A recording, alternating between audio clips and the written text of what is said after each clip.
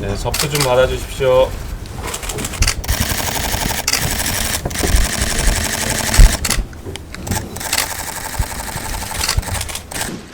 (12.3) 윤석열 내란 사태에 대한 특검법을 발의했고, 김건희 특검법 역시 같이 발의했습니다.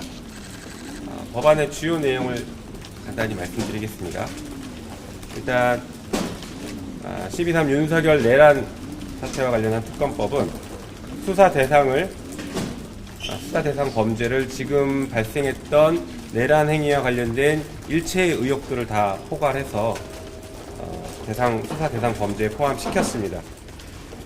한편 특검의 추천 방식은 야당, 그러니까 국회 추천은 완전히 배제하고 법원행정처장, 대한변호사협회장, 한국법학교수회장이 각각 한 명씩을 추천해서 여기서 추천된 3명 중에 1명을 대통령이 임명하는 방식으로 규정했습니다.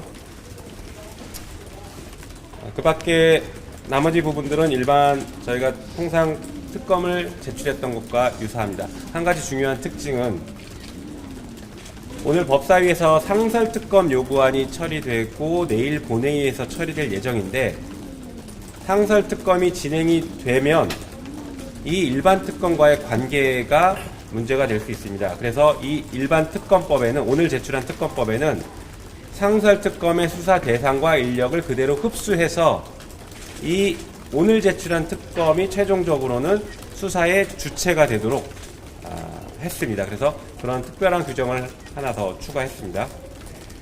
그리고 김건희 특검법에 대해서 말씀드리겠습니다. 김건희 특검법에 대해서는 기존에 저희가 당론으로 계속 발의했고 논란이 됐던 의혹들을 총망라해서 총 15가지 수사 대상을 그대로 집어넣습니다. 그리고 특검 추천 방식은 민주당이 1명, 그리고 비교섭단체가 1명을 추천하는 방식으로 발의를 했습니다. 그리고 나머지 부분은 기존에 발의했던 부분과 거의 같다고 보시면 좋을 것 같습니다. 혹시 한 말씀? 네. 오늘 법사위에서 12.3 윤석열 내란 범죄에 대한 상설특검이 통과될 예정입니다. 상설특검의 주요 내용은 상설특검이 특별검사 임명한 30인, 그리고 외부에서 파견받은 검사 5인과 수사관 30인, 그래서 수사관만 해도 60명 규모라 이 12.3 내란 범죄에 대해서는 충분히 수사할 수 있다라고 저희는 판단하고 있고요. 그리고 준비 기간이 20일이라고 되어 있지만 20일 동안 할 수 있다라고 법문에 있기 때문에 준비 기간을 10일로 압축적으로 준비하고 바로 수사를 할 수 있다라고 저희는 해석이 되어서 상설특검법이 통과가 되면 한 보름 이내에 충분히 수사가 개시된다라고 저는 생각이 됩니다.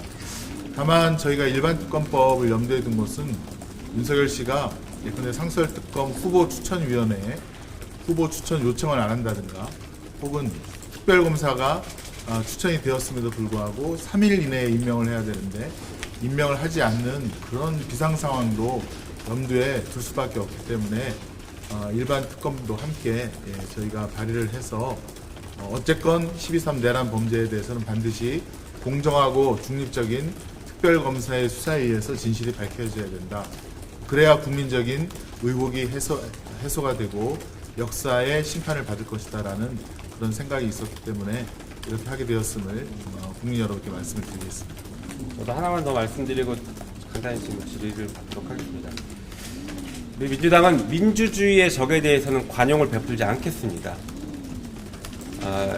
12.3 내란 사태에서 윤석열 씨는 계엄을 선포하면서 자유민주주의를 수호하기 위해서라고 했습니다. 하지만 자유민주주의라는 껍질을, 허위를, 거짓말을 하면서 진짜 자유민주주의를 해쳤고 국민에게 총뿌리를 겨눴습니다. 민주주의의 적입니다.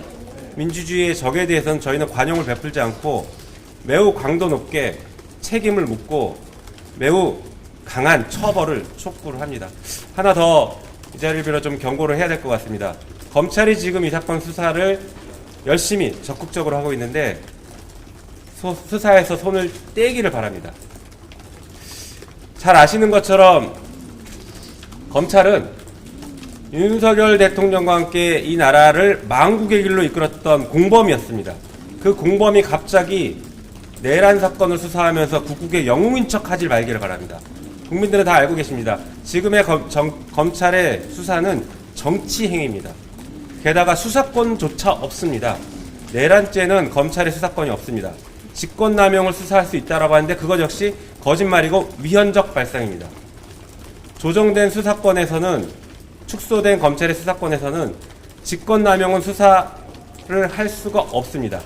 그런데 직권남용도 수사할 수 없는데 직권남용의 관련 사건으로 훨씬 큰 내란을 수사한다는 것은 그것 자체가 위헌적이고 위법한 발상입니다. 검찰의 수사는 나중에 법원에서 위법 수사로 인정될 가능성이 매우 높기 때문에 하루빨리 수사에 손 떼고 특검의 수사를 진행할 수 있도록 적극 협조하기 바랍니다. 그리고 지금은 수사권이 있는 경찰과 공수처가 수사를 할 수 있도록 검찰은 지금 수사한 내용과 구속, 체포된 사람들의 신병을 인계하기 바랍니다. 혹시 질문 있으신가요? 의원님, 그 추경 원내대표 제명안도 오늘 제출하신가요? 그 부분은 이 사건과 지금 직접 관련이 있지는 않은데요. 원내에서 따로 지금 준비를 하고 있습니다. 네. 다른 질문 있으실까요? 네. 그 일반 특검 같은 경우에는 그러면은 뭐 한동훈 대표나 한박수 총리가 지금 논의하고 있는 그런 뭐 대응 방안 이런 것도 좀 다 포함이 되는 건가요? 글쎄 그 부분이 이제 추가 범죄 혐의에 해당된다라고 하면은 포함될 수는 있겠죠. 하지만 지금은 내란 상태가, 저희는 내란 상태가 여전히 연성 내란으로 유지되고 있다라고 보고 있는데 거기에 대해서 부역하면서 추가 내란을 촉발할 수 있는 행위들이 있다라고 하면 저는 수사 대상이 포함될 수 있다고 봅니다. 하지만 그런 단계까지 나가지 않았다라고 하면 지금 상태는 아직까지는 수사 대상으로 보기는 어려울 수도 있다고 보고 있습니다. 또 다른 질문 있으신가요? 이게 그 타임 스케줄이 내란 상설 특검은 그럼 10일인 거고 네. 내란 일반 특검이 12일 처리가 맞는 거죠? 12일 날 처리합니다. 그러니까 본회의가 10일, 12일, 14일 본회의가 있을 예정인데 상설 특검은 내일 본회의에서 처리하고요.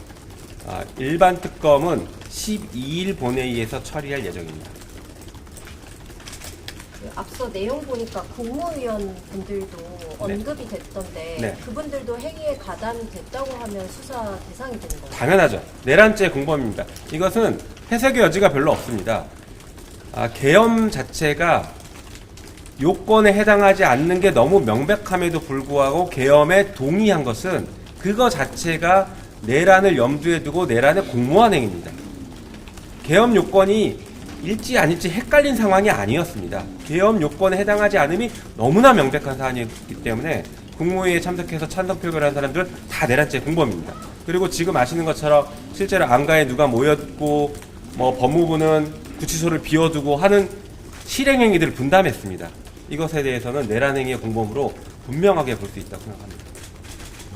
네, 또 질문 있으신가요? 특검 추천 방식으로 국회는 완전히 배제한다고 하는 건 혹시 원래 특검은 그렇게 하는 꼭 그렇지는 않습니다. 그 이유가 혹시? 사실은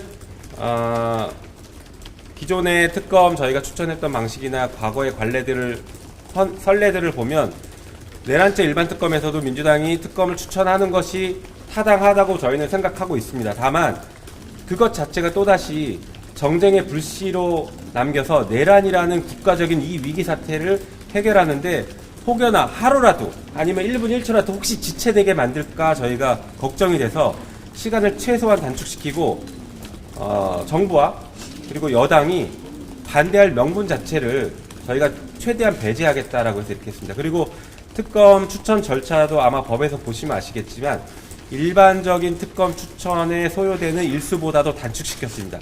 예를 들면 국회의장이 대통령에게 특검 추천을 의뢰하십시오라는 제안을 하는 것을 보통은 3일 내에 제안하도록 하는 걸 하루로 단축시켰고요. 그리고 대통령이 추천을 의뢰하는 것이 보통 3일인데 3일 이내에 하도록 되는데 그걸 이틀로 단축시켰습니다.